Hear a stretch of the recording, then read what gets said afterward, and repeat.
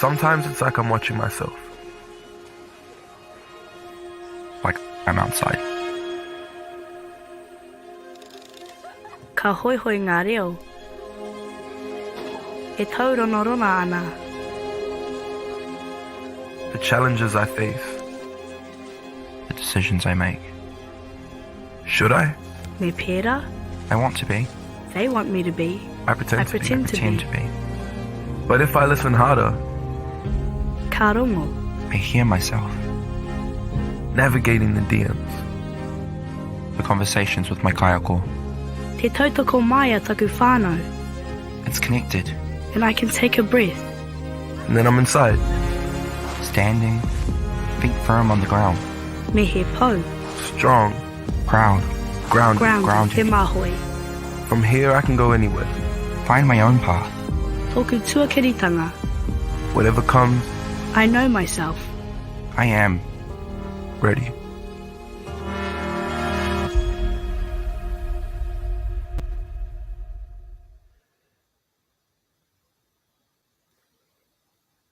Kia ora, talofa lava, and welcome to our follow-up webinar on vaping and responding to students in a school setting. We're absolutely thrilled that you've come back to join us again today. Just a couple of things before we get started. What Ben and I are going to be your main presenters today. We're going to try and get through the content as quickly as we can to enable a really robust Q&A time at the end of the presentation. So we had a real flurry of questions in the last few minutes of our presentation last week. What I'd really like to encourage you to do is just post your questions throughout our kōrero, and that way we'll capture them all and we'll be able to really intentionally and with a lot of thought respond to those at the end of our presentation. Also, thank you for participating in the poll. We did have a clear kind of area that you wanted us to look into in regards to another webinar series. So we're just pulling together the speakers and the format for that, and we're hoping to have that released with some dates for you in the next 4 to 6 weeks. So please watch this space. Look, it's really great to be here today with you and my colleague Ben. For those of you who don't know me, I've got a background in youth mental health and addictions. I'm a registered DAPANS or addictions practitioner and clinical supervisor.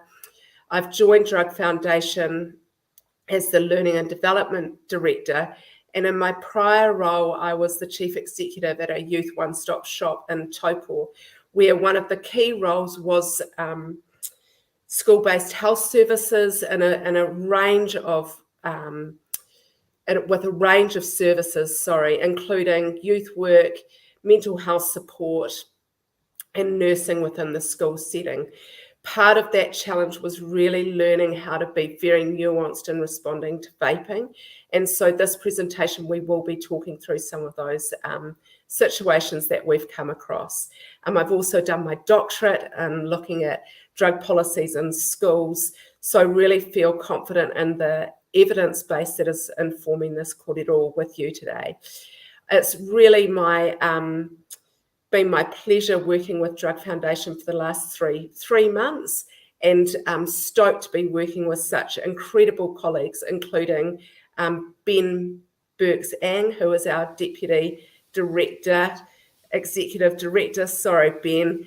And again, like Ben and I, despite how youthful we look, we've had a career of about 20 years in the youth addiction space. And so it's awesome just to be doing this with you today, Ben. So welcome, and I'll let you introduce yourself. Kia ora koutou. Thanks, Annabel. And like has been mentioned, my name is Ben Birks. I'm the Deputy Director in charge of programs here at the New Zealand Drug Foundation. Been working in the drug and alcohol space for around about 20 years, most of that time working with secondary schools as part of the pastoral care team, including some time managing youth residential programs, young adult programs, and community-based programs and supporting people back into work after they've had a treatment episode. So really excited to be able to share some of this whakaaro with you today. Awesome. Thanks, Ben. So what our intention is for this presentation is really to talk through with you what a whole of school approach is, what are the learning opportunities and how to build those into the school environment, how to strengthen and utilise support pathways within your school, and some tips and tricks around some things that we've tried and that have been really effective, how to also link policies and procedures. And as I said in the beginning, really ensuring that we've got some great time for your questions towards the end. Now, just for a bit of context, really, and to link in last week's presentation with this week's presentation, just a little bit of a refresh around what Tūturu is. So Tūturu is a uniquely Aotearoa program that is designed to really bring health and education together. Often what we find is health works with students when there's been an issue arise, and education when that issue happens, we don't really know what to do. Tūturu has got a range of resources that we talked a bit through last week. And this week, we're going to kind of take a bit more of a deeper dive into that. Tūturu has also been robustly and independently evaluated. And one of the key findings from that evaluation is that it's really helped schools shift from a punitive to a pastoral response. So I'll hand over to you, Ben, to run us through some of the strategies for responding to young people in the school context. Thanks. Fantastic. So just starting off here, looking at what we're focusing on today, if you're a school here looking to review or to strengthen how you help students learn and be well, that at any point in time is useful, regardless of whether your school or community sees vaping as a major issue or not. And I think probably one of the big factors in this decision or this discussion at the moment is that schools are required to be a smoke and vape-free environment. So regardless of what the issue looks like for individual young people, this is something that schools are facing. And I'm reflecting on my time managing a youth residential centre or a couple of youth residential centres where young people would come in from using multiple different types of substances, and we had that same requirement that it had to be a smoke-free environment. I know the challenges that are there in supporting young people to make changes, and also being required to provide that environment where young people can do that in a smoke-free space. So let's have a look at some of the stuff in a school environment. Here we know that there are different parts of a school. So we can see this inverted triangle that features throughout a lot of the education sector, where we've got all students filling that part at the top. Health education with its health, with its learning outcomes is the main outcome that we're looking for in those areas. And regardless of what health topic you put over the top of this, there'll be some students who need a little bit of support and a few students who need intensive support on top of that. What we really know is that these responses work best when all of those approaches are aligned. And we definitely need that there to be in place at the start when we're looking at the whole school approach, because sometimes the school culture and the school way of dealing with a situation can impact on that critical thinking development, or what can be covered within a classroom activity. One of the things I think when I think about kind of whole school approaches and school responses to health issues is this quote from a principal: "It takes time for students to connect what they learn with their lives." And we know this is really true. The more that the school's approach to health topics or well-being is aligned, the more students can take what they cover in their classroom and understand how that's applied. If it's out of alignment with how the school deals with health topics, or their disciplinary process or their pastoral care process, for example, is out of alignment with what they're covering in the classroom, then it becomes much, much harder for those students to be able to connect with what they learn in those classrooms with their lives outside of there. And this is most crucial for those young people who their out of school environment may not necessarily be giving them the skills and competencies that they require to live healthy and successful lives. And I think, for example, those students who have come from households where they've got parents who are working multiple jobs trying to get enough money to be able to keep the keep the family going, they may not have as much opportunity to be able to see some of those positive, healthy living competencies role modeled at at home, and they're the ones who need that so much more from that formal environment at school. So again, looking at that kind of inverted triangle that we have here of everybody in the school environment, we know that schools can be these ecosystems of learning and support, and we're trying to get students, helping them to achieve by getting support quickly and easily if they need it. So essentially, anytime that we're talking about a whole school approach or a school-wide approach, what we're talking about is aligning what students experience in the school environment that helps them to develop, aligning what they learn in the classroom, how they're supported at school when issues arrive, how professional services might provide additional support, and also outside of that, how the wider community of school, their whānau, and their services can help to them to lead healthy and successful lives. And recognizing that actually schools and health services are positioned quite far apart. Often health services will see those few students who are in need of professional health support external to a school. And what we know is that those young people, those few at that tip of the triangle, require different types of information, require different types of support than what every student in that school environment would require, or what may be required as part of their health education. Vaping as a relatively new substance or method of use onto the scene in recent years, we're recognizing that we're trying to fit that within existing schema. And I think for all of the schools in here, thinking about your approach to vaping at the moment, are you doing this through avoiding, through reacting, or are you moving towards preparing? I think the challenge that we have here is that our common traditional ways of working in terms of alcohol and other drugs has often been dealing with it through a disciplinary process or through pastoral care after an incident has happened, which means that the schemas that we're trying to fit vaping into are usually ones that are more on that avoiding or reacting side of things rather than the preparing. So I guess the most important thing for vaping is to take the whole range of adolescent behaviors into account to avoid pushing those conversations underground or inadvertently steering people to riskier or more harmful things. I'm going to bring forward one slide from last week to be able to remind us of where things fit in. But I think for us here, when we take a whole school approach or take a positive youth development approach, recognizing that every young person is making decisions about whether they use substances or not. Many will try it, some will experience problems with short-term harms, and a few young people will experience extreme or long-term harms. How we as the adults respond to that can have a greater impact on a young person's life trajectory than the substance use itself.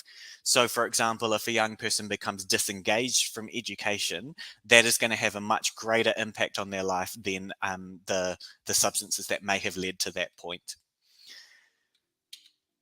So here is kind of where vaping looks. I've highlighted the ones that are in green here for ever trying a vape. At the top, the use of e-substances at least once a month, and daily e-cigarette users down the bottom. So this bit here is a slide that Ben Youdan from ASH covered last week, but looking at the indicators of health status for 15 to 17-year-olds from the New Zealand Health Survey. And this is where vaping fits in. So for those of you who are here from schools, reflecting on which part of this is concerning for you. And I think the most important thing to remember here is that when we're talking to young people, take the whole range of behaviors into account. We see sometimes where if there's one topic that gets the whole bulk of attention, then sometimes young people, as they're developing their kind of health and wellbeing competencies, the things that cover the biggest classroom attention are the ones that they think are the riskiest behaviors, and ones that don't have as much classroom attention, if it's a kind of topic by topic approach, then they perceive to be less risky or less harmful. So I think whenever we're building that health learning program, making sure that we're talking about all of these range of health adolescent behaviors in one go, and making sure that we can spend some time deep diving with some of them. Starting off at the top of that kind of whole school approach, where we're looking at the foundation, this is ultimately a positive school environment where students feel like they belong and like their well-being is important. We know from evaluations of whole school approaches, so this one is a quote from the Gatehouse Project, which was one over in Australia that took a whole school approach to mental health, that one of the crucial parts for it is having an explicit focus around the positive school environment, or what they were calling the school climate, and for student connectedness as well. And they found that through that evaluation that it was equally, if not more effective in addressing health and problem behaviors than specific single issue focused education packages. And that's definitely something that we have found here in Aotearoa as well. I can think about my time working in pastoral care teams in schools, where I could tell the difference between the different schools that I was working in. If a school had a very prominent and visible focus on student well-being, then that it was much easier to work with the students. They were able to make changes a lot quicker than those schools where they didn't have that very explicit focus. And in fact, in those schools where they didn't have the explicit focus on well-being, and students weren't sure around whether their well-being was important or if that could push them towards a disciplinary pathway, we spent more time trying to find out what the actual situation was, because the young people were much more cautious about what they would share with people, and less likely to engage with the school pastoral care team to be able to get that support. Just seeing one of the comments come through that the quality of slides is difficult to read on their screen, and absolutely you can get a copy of these slides afterwards. One of the things that we know here is engaging or re-engaging young people in supportive environments or positive activities is really crucial, especially for those times where young people don't necessarily want to make changes. What that does is it gives a whole lot of structured activity outside of school that they can be involved with. It exposes them to a different set of peers as well. So if they're in a peer group who start to disengage from school over time, they then, if they've been involved in these other activities, have another peer group that they could turn to as well to spend some more time with. If they haven't got those activities, or they haven't got those peer groups that can show them different norms, different social activities and that kind of stuff, it becomes much harder for them to be able to make changes at that point. So one of the crucial things that we can do here is making sure that young people have as many opportunities as possible. One thing to consider in your schools is, if an incident arises, what does that then mean for young people's ability to participate in these activities? Does it increase their opportunities, or does it decrease their opportunities? And there's some data to be able to back up just how effective this is here. So here's an example of that for young people who have been affected by adverse childhood experiences. So these are those young people who have who may have very traumatic backgrounds, that things like team sports participation was associated with much better adult mental health. So there is evidence that backs up the experience and the exposure of these activities, even if they're not necessarily directly targeting the health behavior itself.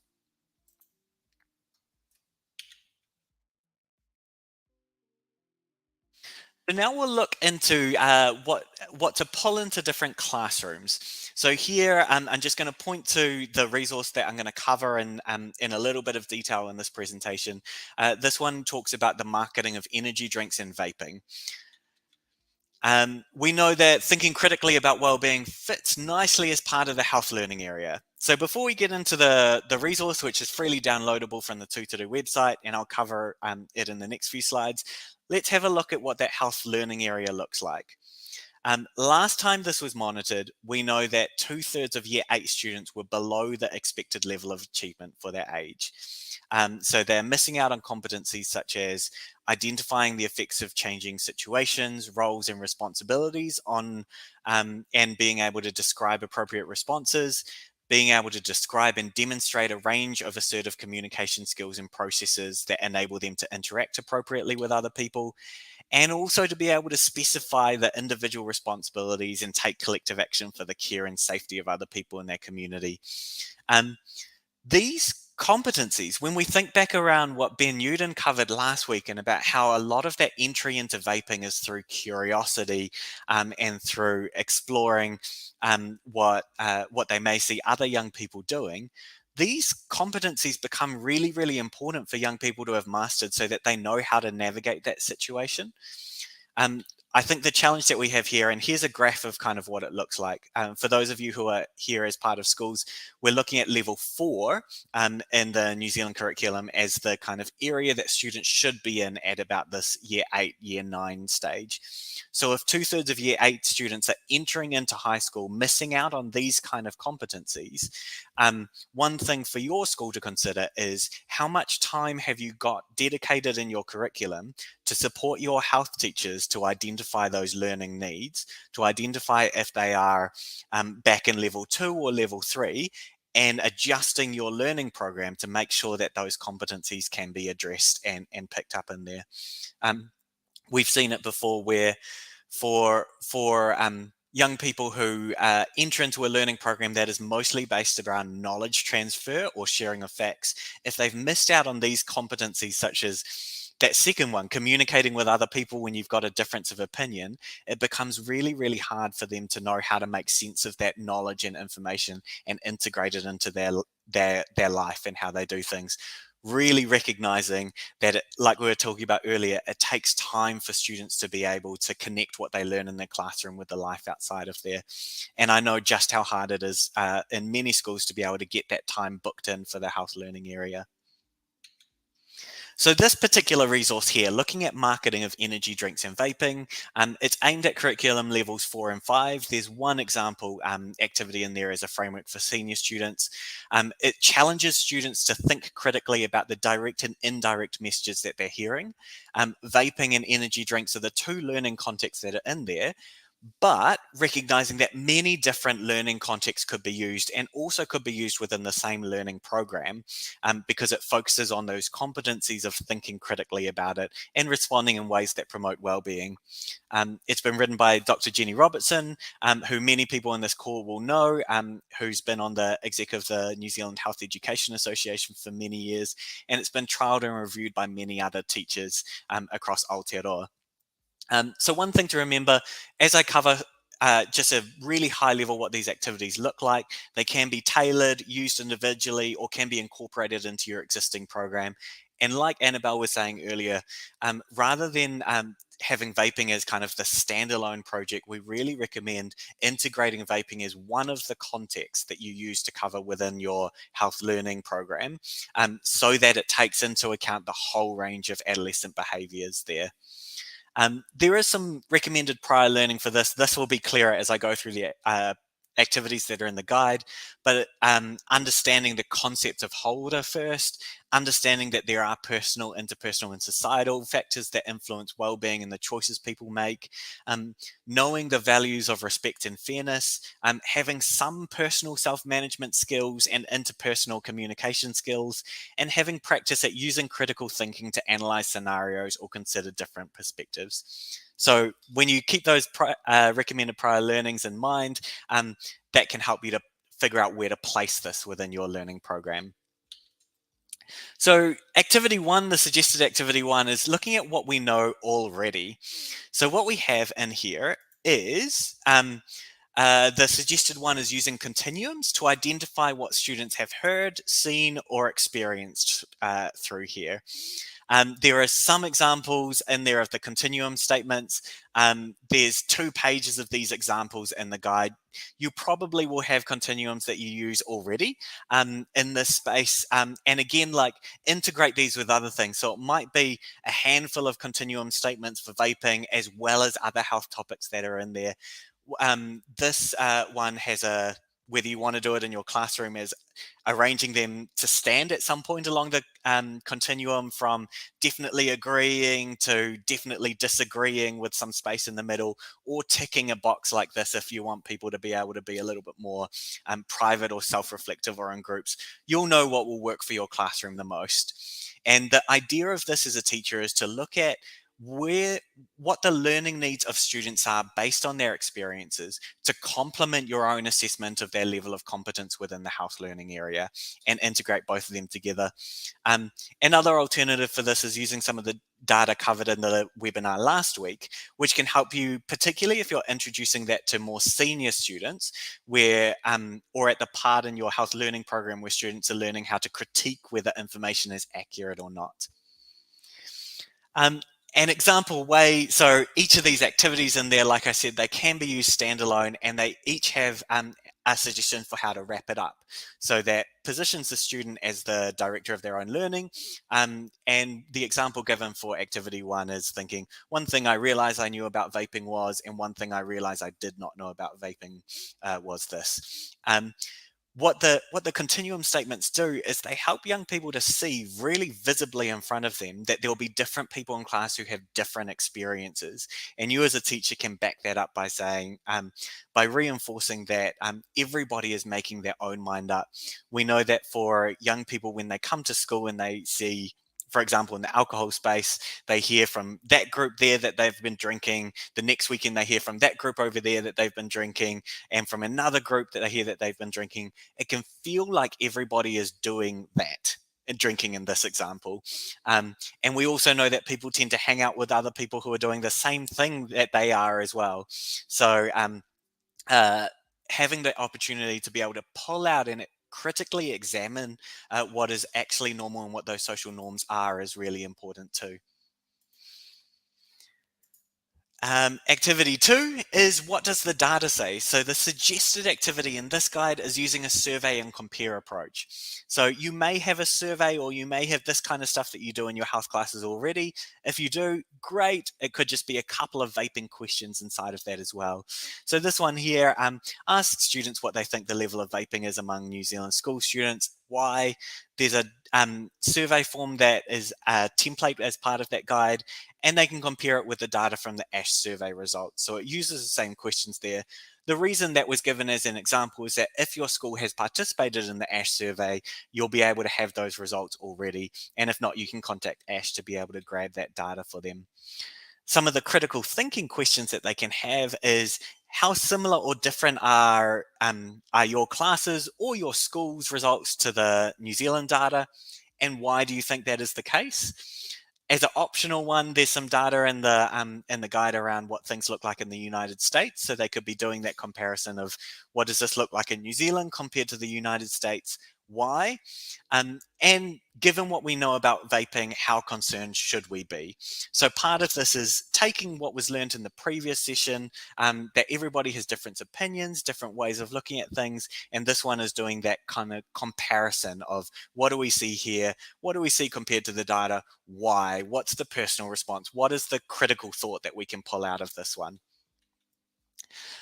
One thing to consider in this one is, for those of you who are here as health teachers or in your school, does your school's approach to well-being allow for critical thinking in this context? So if you've been very black and white around vaping is, for example, is really inappropriate, is really harmful, will that allow students to be able to explore the data in the sense to be able to think more about it? Some other questions to be able to think about is, how would you do the survey safely in your classroom, and how you might use it to be able to identify learning needs and experiences of students in their community, and how you might build that into your learning program. And again, as we keep talking about the whole way through, what other health topics could you use this health approach with? And we know some schools have generated the same survey on compare approach, where they've created a survey that has some data from things like the Youth 2019 or Youth 2000 secondary survey, to be able to compare some of that data to as well.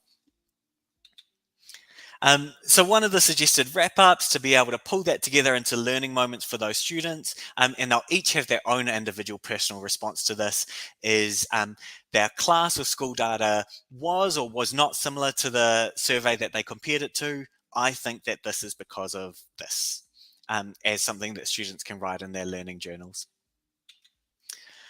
Moving on now into activity 3 and 4. So these are about analyzing advertising and indirect marketing.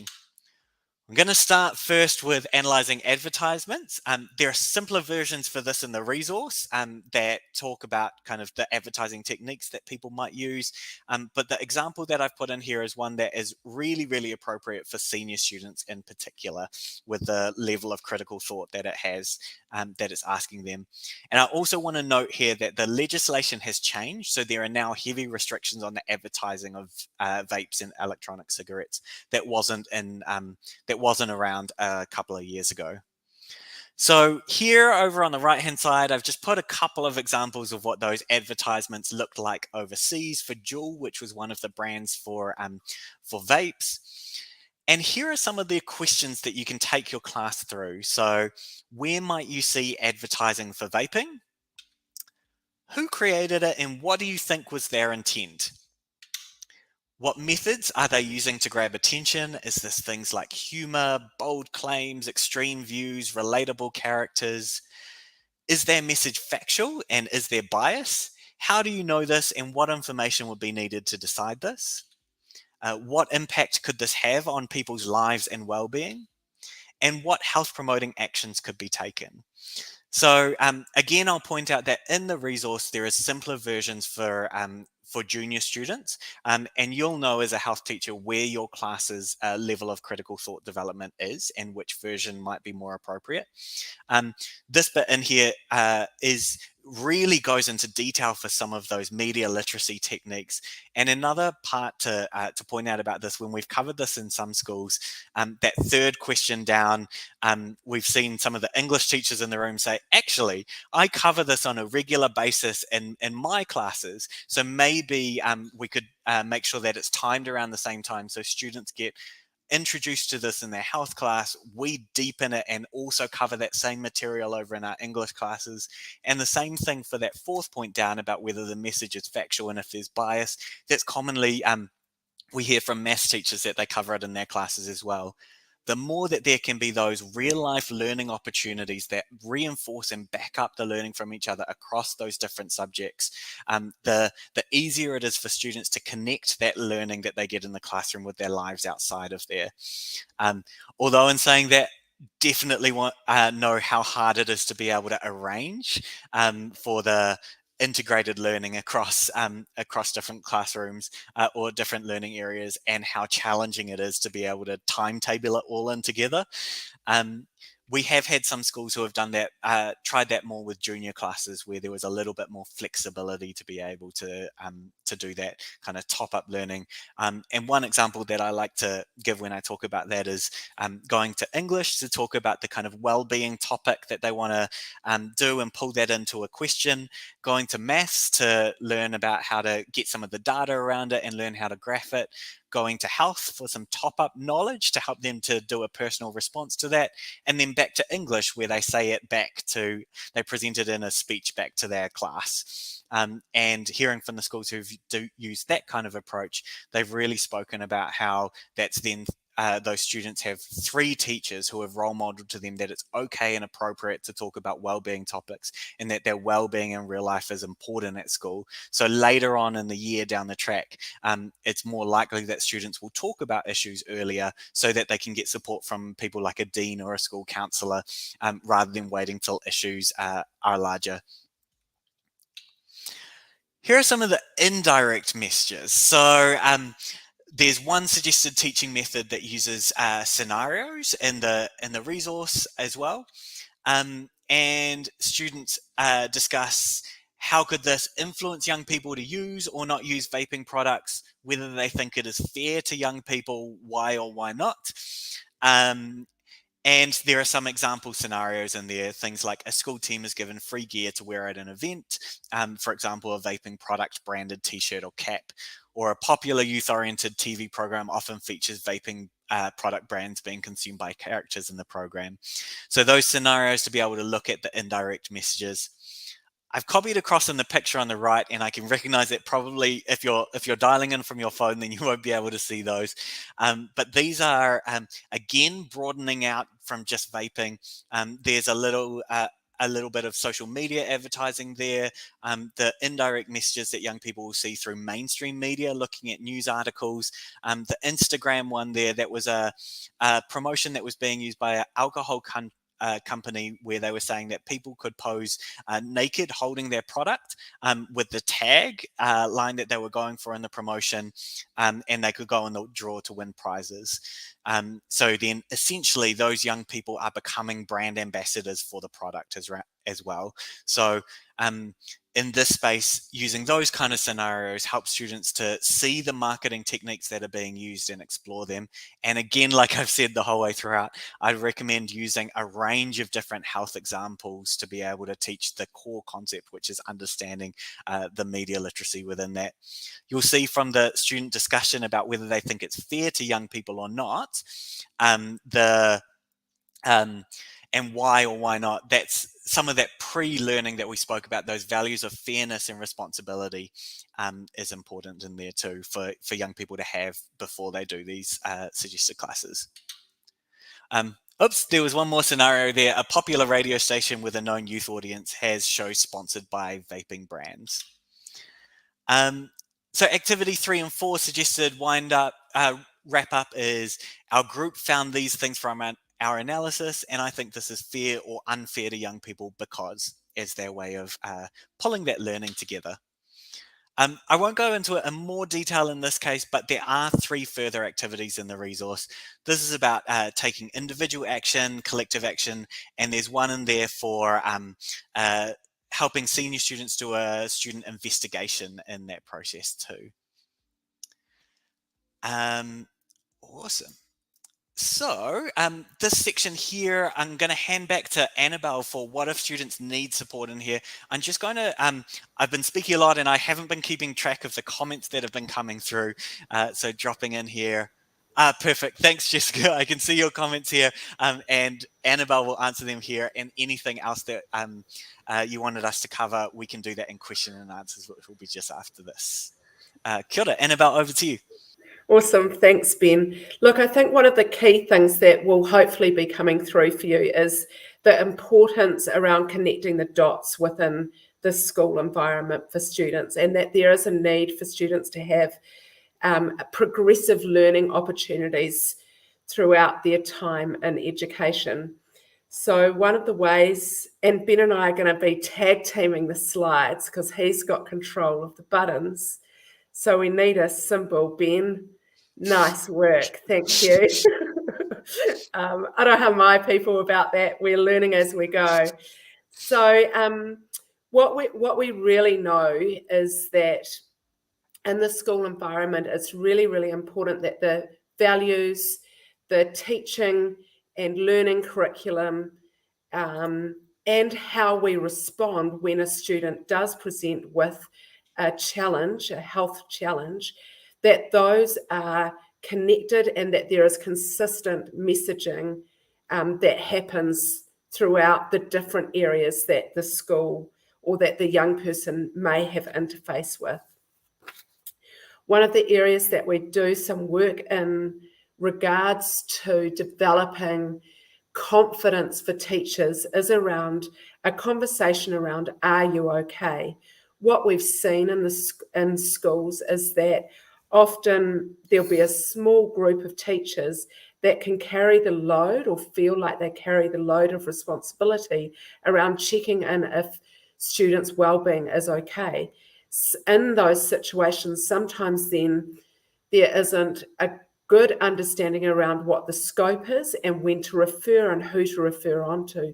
So one of the things we like to do with schools is to develop an understanding around how to have that conversation so that all teachers feel confident asking the question, are you okay? They know what their scope is. They know when to refer on to another area of the school or to external support if that is needed. We also know from the student's perspective that when questions around are you okay happen from multiple places in the school, the students feel like they are seen and they feel like they are cared for. And when we circle that back to some of the data, what that tells us is that is a key indicator for students' engagement in school is a sense of connectedness. So next slide, please. What we also know, what this slide shows us, is that nicotine is also most readily available through cigarettes. Vape juice is designed to be used over a period of time. And when we're looking at nicotine withdrawal, it's really important to get a clear understanding around what the level of nicotine going into that young person's system is, not necessarily how many times a day they are vaping, because vape juice varies in regards to the nicotine levels. The next area I want to kind of go into is what nicotine withdrawal looks like, and then I'm going to talk through some of the strategies. So what we know is that there's really 4 stages of nicotine addiction. The first is that there are no withdrawal symptoms. The second is, oh my goodness, I really want it and I'd really like it now. The third is craving. Oh, I'm so distracted, I can't think of anything else but having a vape, and I need that nicotine in my system now. And the fourth is needing. One of the key indicators of this is somebody will get up and need to have a vape within 5 minutes of waking. The strategies are actually the same, whether a young person is addicted physiologically or not. We deal with it in the same way. What I wanted to do here was briefly talk about what cravings are and how they kind of present. So what we know is that cravings tend to be like a wave. So they'll have a peak and then they'll dissipate. The other thing that we know is cravings are like a stray cat. Like if you keep feeding that cat, it's going to keep coming back and make itself at home in your whare, whether you want it or not. So what we want to do is we also know that cravings last for a short period of time. So when we want to look at strategies, we want strategies that are quick and that can support the young person working through the peak of that craving and get it moving through more quickly. A really simple and easy strategy to remember is what we call the 4 Ds. So where we delay, so we work at delaying the use when there is a craving. We want to look at drinking water because we know for a whole range of reasons that that is a really useful thing to do in terms of dealing with dehydration, in terms of flushing the system out. We want to look at distraction techniques. Whatever that might look like would be great. I always try and get young people to do burpees and they look horrified, but whatever. And also we know breathing is also a really effective strategy. Awesome. Thanks, Ben. We'll move on to the next slide. When we are working with young people and when they are presenting with concerns around vaping, or they've come out of class because they're just really hanging out for a vape, what I'd really like to encourage people to do is to really look at what are the risk and protective factors in that profile for that young person, because this does allow us some strategies that we can lean on and some alternative intervention pathways that we can look at exploring. I also think it's really important that we remember that the majority of young people are, well, what the data tells us anyway, are engaging with vaping in a way that is about curiosity. And from my experience, young people are exploring it as a way to emotionally regulate. So if we peel that back, one of the really useful things to do is have a corridor with young people around emotional regulation strategies. And one of the ones that I think is a quick and easy and evidence-based method to fall back onto is the 5 senses. So looking at working through with young people what they see, hear, feel, smell, and can touch, and get them to name that. That's a lovely grounding technique. It also works as, if we go back to the 4Ds, it also works to distract and delay their craving. So it can be a multifaceted approach. Sorry, I'm really trying to race, folks.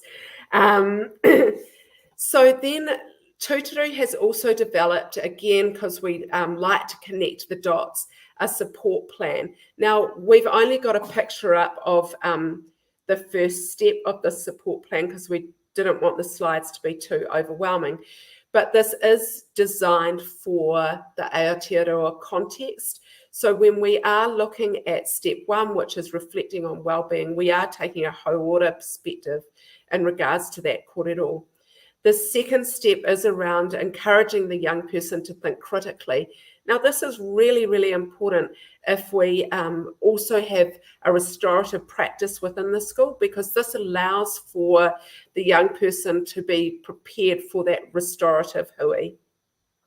There's also a template for how to build a plan. So what are they going to do in the future to manage this situation differently? And who's their support team and what is it that they need to know?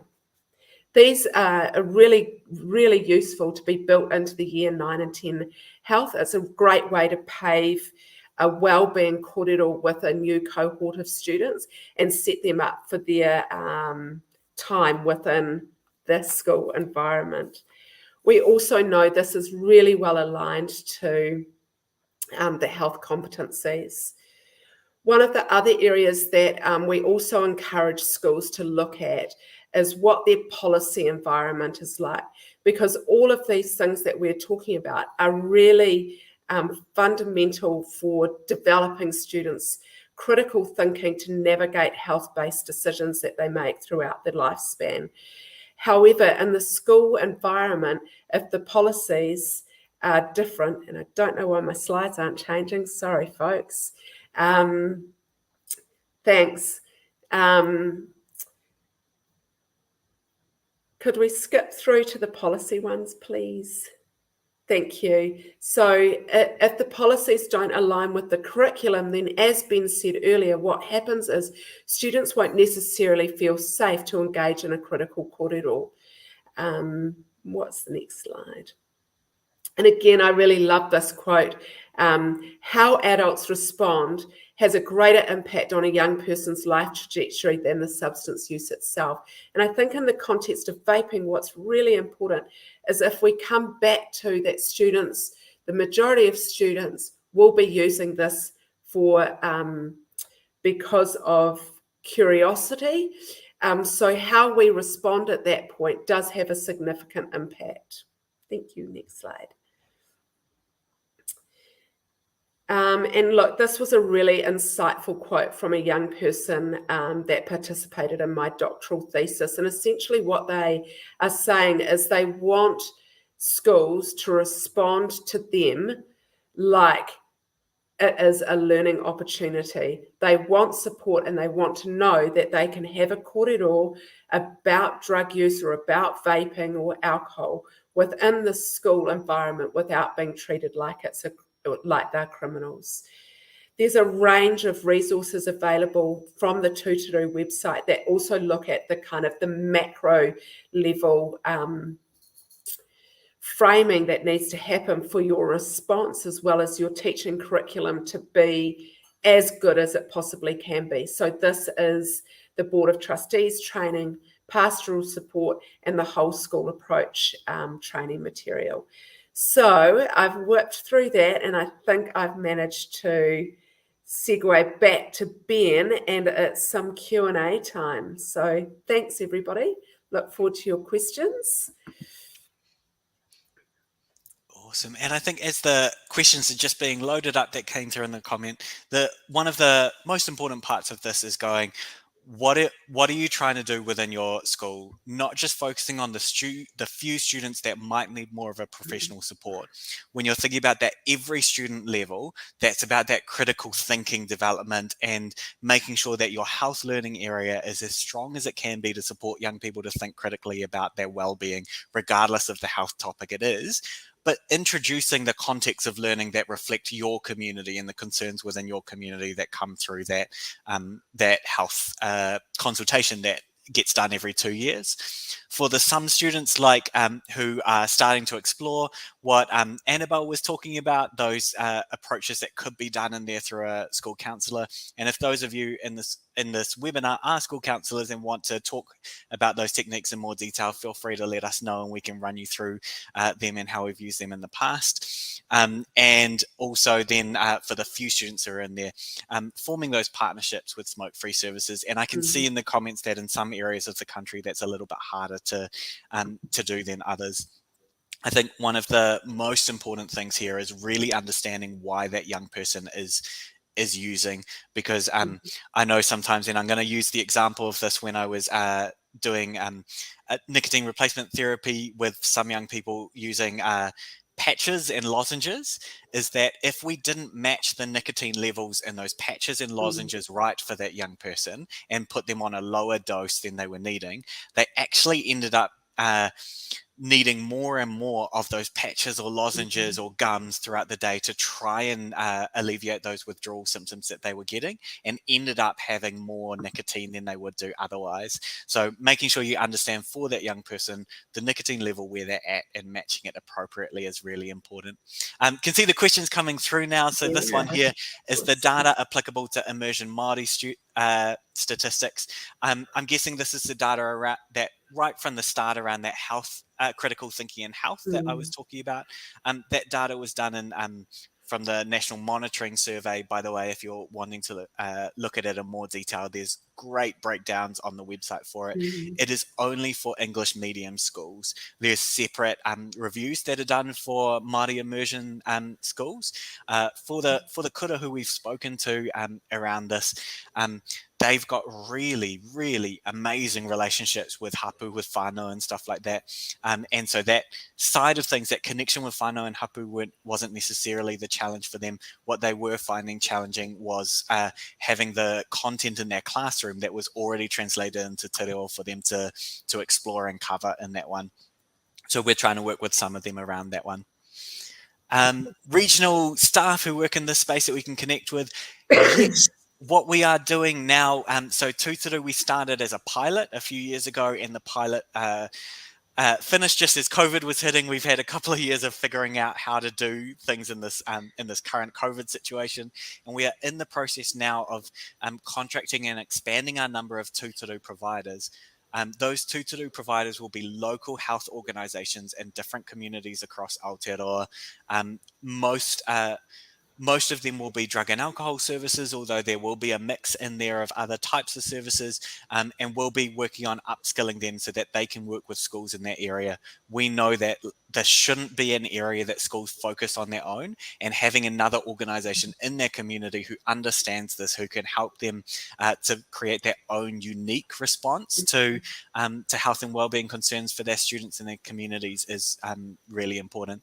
You can find the places where we are on tuturu.org.nz, and feel free to get in touch with us directly through that website if you haven't found a provider in that area, and we can talk you through some of that kind of stuff too. Kia ora, thanks, Ben.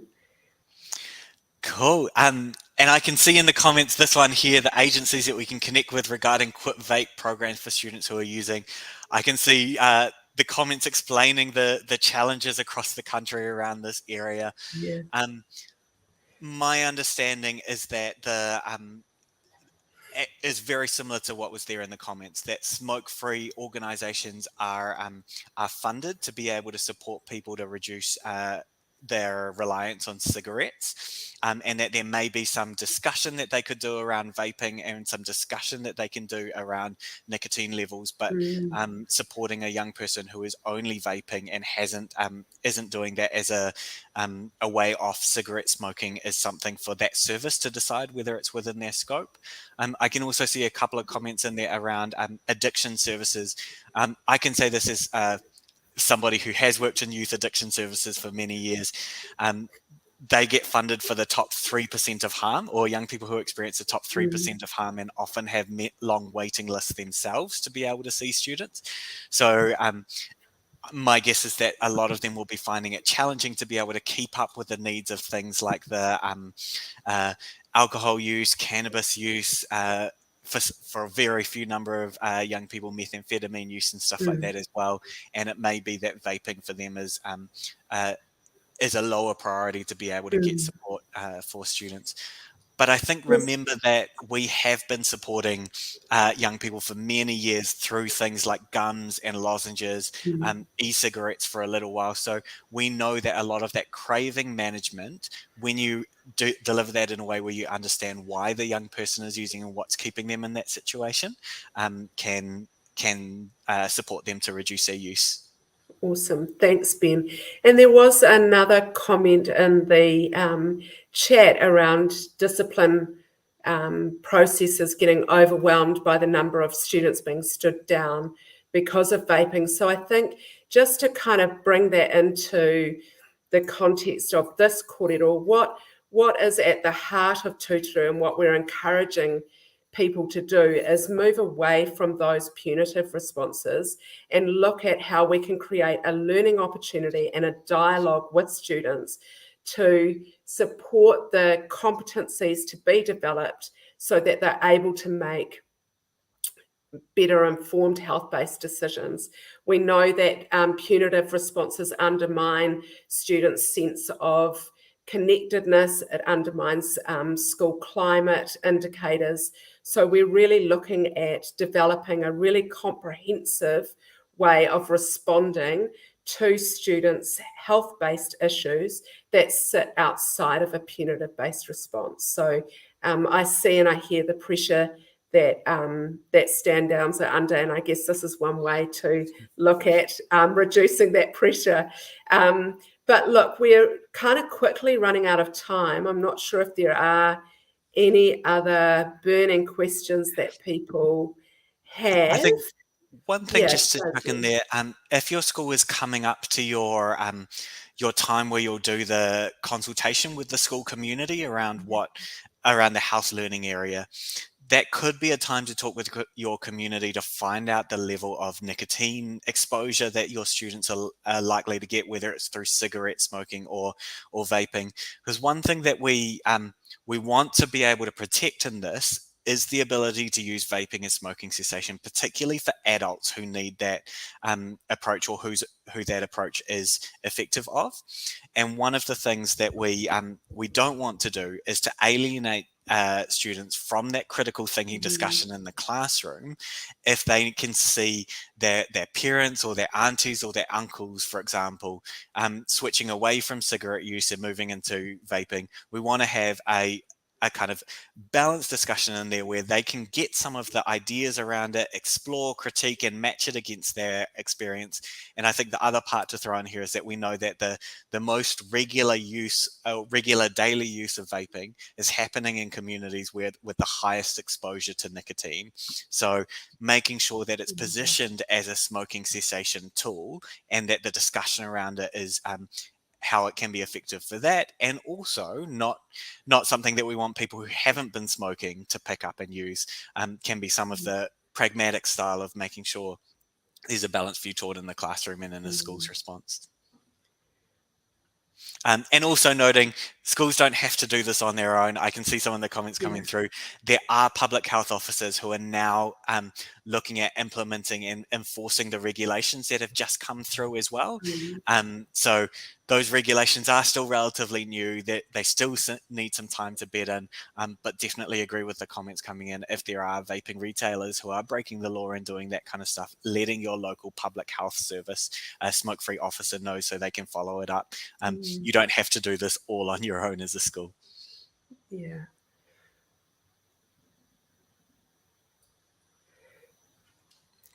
Cool. That's Over to you, awesome. Annabel. All right. Well, thanks everybody for joining us. There was one final piece around that students were resistant to learning about vaping. I guess our response would be start where students are at. And if they're interested in developing their critical thinking and health competencies in relation to another area of health, then let's go there. And as we've said, we've got resources available for alcohol and drug-based curriculum. So awesome that you all joined us. We really appreciate the time that you gave us today. We look forward to hearing from you. If you'd like to get in touch, please just drop us a line, and we will put some comms out in the next few weeks in regards to our next webinar series. But we really look forward to seeing you there. So ngā mihi. Ka kite. Ka kite.